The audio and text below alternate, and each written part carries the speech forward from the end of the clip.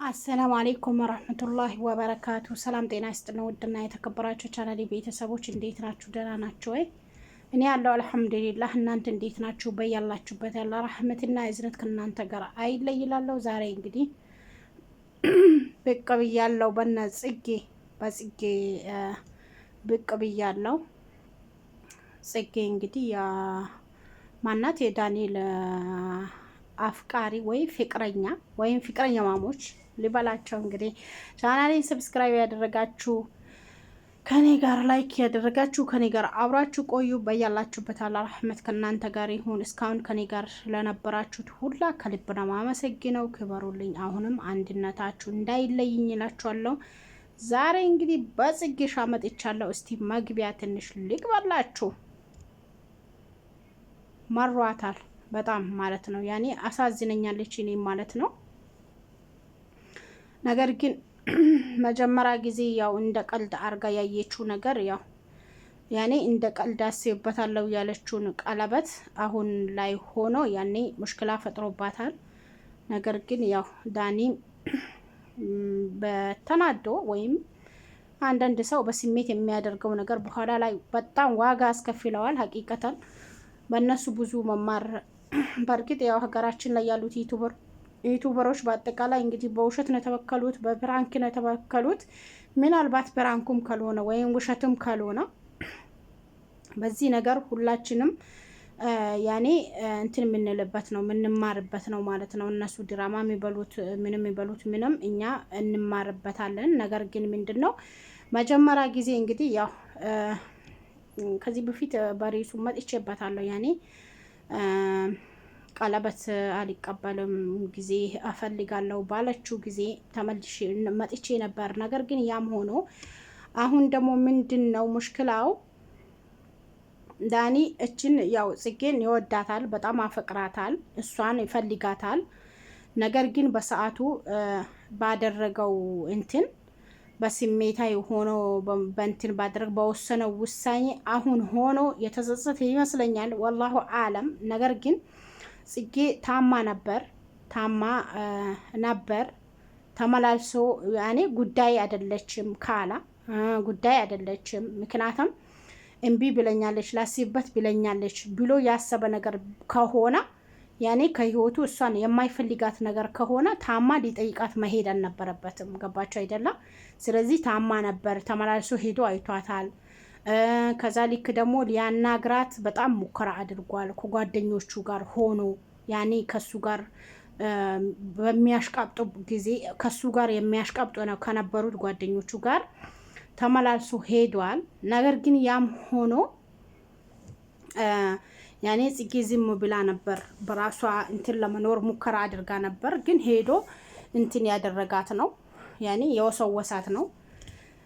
ያኔ ቾክሎ በወሰነው ውሳኔ ተጸጽቷል ዳኒ ማለት ነው። ያኔ ወደ ጽጌ ሊመለስ ይፈልጋል። ነገር ግን እሷም ደግሞ ያው እልህ ተገባብተዋል ማለት ነው። ያኔ እሱ በወሰነው ውሳኔ እንግዲህ ቀለበት አድርጎ ነበር ከልጅቷ ጋር። ያኔ ያው እንትን ውስጥ ገብቷል መሰለኝ። ልጅቷ አርግዛለች ይመስለኛል። ወላሁ አለም አርግዣለሁ ያለች ነው እሷ። ከማን ነው ከዳኒ ራቂ፣ እኔ እርጉዝ ነኝ፣ ዳኒና እኔን የሚያተሳስረን ነገር አለ ብላት ባለፈውም እንደው ድብድብ ቀራሽ እንትን ክርክር ተከራክሮ ተለያይቶ ነበር። ነገር ግን አሁን ደግሞ ባለፈው እንደዛ ቢላም ከዛ ልክ ደግሞ ፎክራም ሄዳ ነበር። ያኔ እኔ እንትን ከሌ አይደለሁም ምናምን ነገር ስሟን ብዙ አይያዝልኝም አዲሷ ሙሽራ ማለት ነውና እኔ ልክ ካላስገባኋችሁ ምናምን ነገር ብላ ያው ምርጫ ውስጥ እንዲመርጡት ያኔ ማንን ትመርጣለህ ብላ ሜሪ አምጥታው ነበር ያኔ ዳንኤልን ማለት ነው። ነገር ግን ያው መምረጥ ማንን ነው የምትመርጠው ብሎ ያሽቃበጡ አለ። በስተመጨረሻ ላይ እንግዲህ ለሁለቱም ሊያስረዳቸው ወይም ደግሞ ግራ ገባው። ያኔ እከሌን ነው የምመርጠው የሚለውን ነገር ግራ ገባው። ምክንያቱም እችም እርጉዝ ነኝ ያለች ነው። እችን ደግሞ በደንብ የሚፈልጋት ናት። ምክንያቱም አብሮ ያደጉ ከህፃንነታቸው ጀምሮ አብሮ ያደጉ ልጆች ናቸው። ጽጌን ማለት ነው። እና የሚፈልጋት ነው። ምንም ጥርጥር የሌለበት ነገር ነው። እንግዲህ በዛ ውስጥ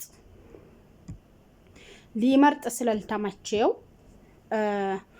የተወዛገበ ያለ እንግዲህ ጽጌ በጥፊ ብለው ሂዳ ነበር። ከዛ በኋላ ያችን ፎክራ አይደለም እኔን ተውና ልጅህን ራሱ ማየት አትችልም ካሁን በኋላ ብላ ማደርገውን ነገር ደግሞ ታውቃለህ ምናምን ነገር ብላ እሷም እንግዲህ ጽጌ በጠለፈችው ጥልፍ መሀል እሷም እንግዲህ አንድ ጉንጩን ለሁለት ተመቷል።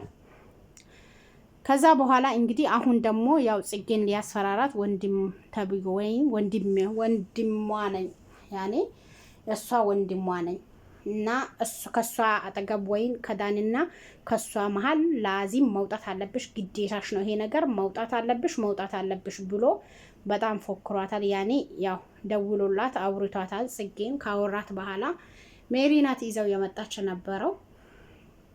ሜሪም ያው ጽጌን ሲያስፈራራት አይታ ለምንድን ነው እኔ እኮ በስንት ስራ እንድታወራት ናመጣው እንጂ እንደዚህ ልታስፈራራት አይደለም ምናምን ነገር በሚባለው ነገር እንግዲህ መሀል ላይ ጭቅጭቅ ንትርክ ሁላ ተፈጣጥሮ በስተመጨረሻ ከሁለቱም ተጣልቶ ነው የወጣው። እኔ ማደርጋችሁን ነገር ታያላችሁ፣ ካሁን በኋላ ለሚደርስባችሁ እንትኖች በአጠቃላይ እኔ ነኝ ኃላፊነትና የምወስደው፣ እኔን የምታገኙ እንዳይመስላችሁ ሌላ እንትን የሚደርስባቸው ነገር አለ ምናምን ነገር ብሎ በጣም ዚቶባቸው ነው የሄደው ማለት ነው። ከዛ ያው